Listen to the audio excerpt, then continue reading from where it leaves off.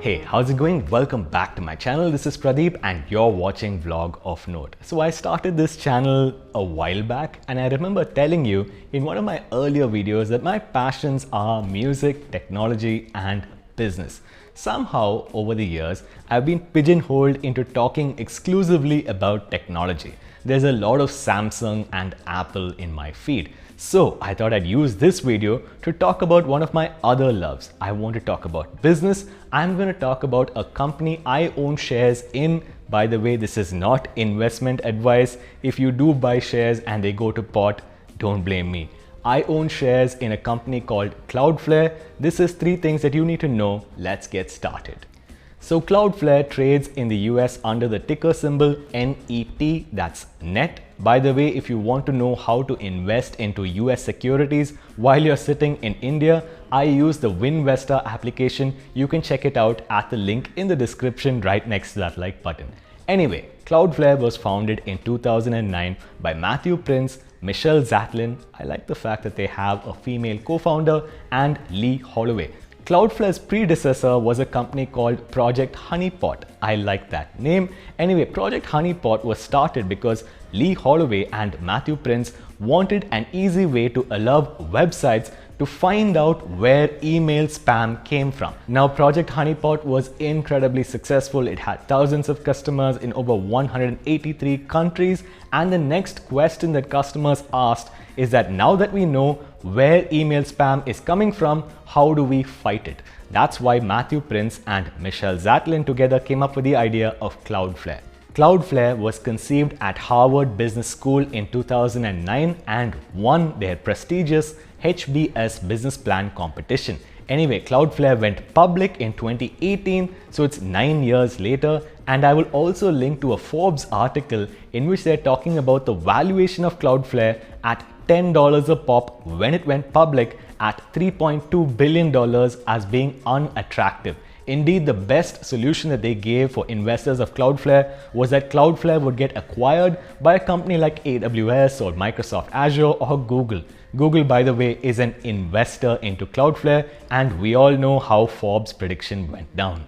The next part of this video, I want to talk about the products of Cloudflare. They have B2B and B2C. I think it's important for any B2B company to also have a B2C offering, especially given the current retail investor boom. It helps them build brand loyalty. Anyway, their B2C offering is called 1.1.1.1.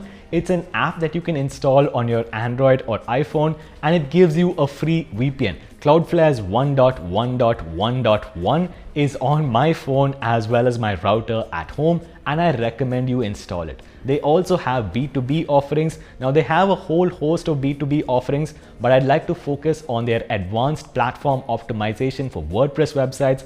WordPress, by the way, makes up 23% of the internet. So this is important. We use APO at our company, digital marketing company, social.in. And I know that a lot of you have asked me what I do, so now you know. Anyway, we use APO and we find at $5 a month, it makes incredible value because it helps us increase the LCP, that's largest contentful point, which Google is hell focused on with the Web Vitals update, by up to 30%.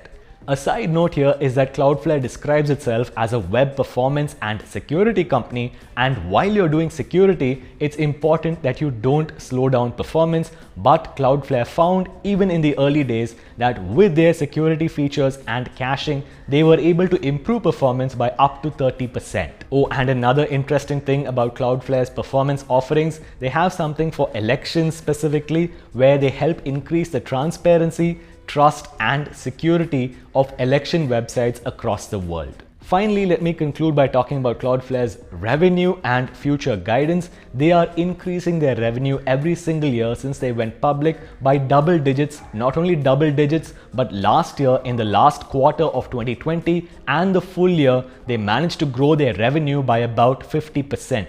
This year, they've given guidance for about 37% increase in revenue, and their guidance is usually quite conservative, which means in 2021, they're on track to make over $593 million US.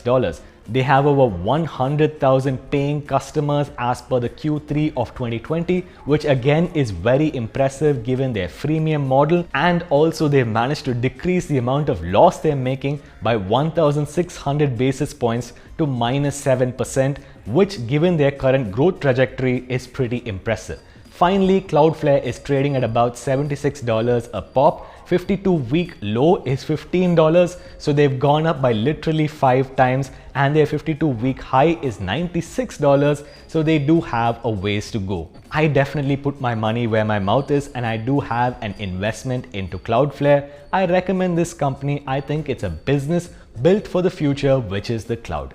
Thank you so much for watching this video, guys. If you enjoyed it, please give it a thumbs up. What do you think of this new style of videos? Please drop your comments down below. As always, please go over to YouTube, subscribe to the Vlog of Note channel, ring that notification bell so that you never miss a video, and I will see you guys in the next episode.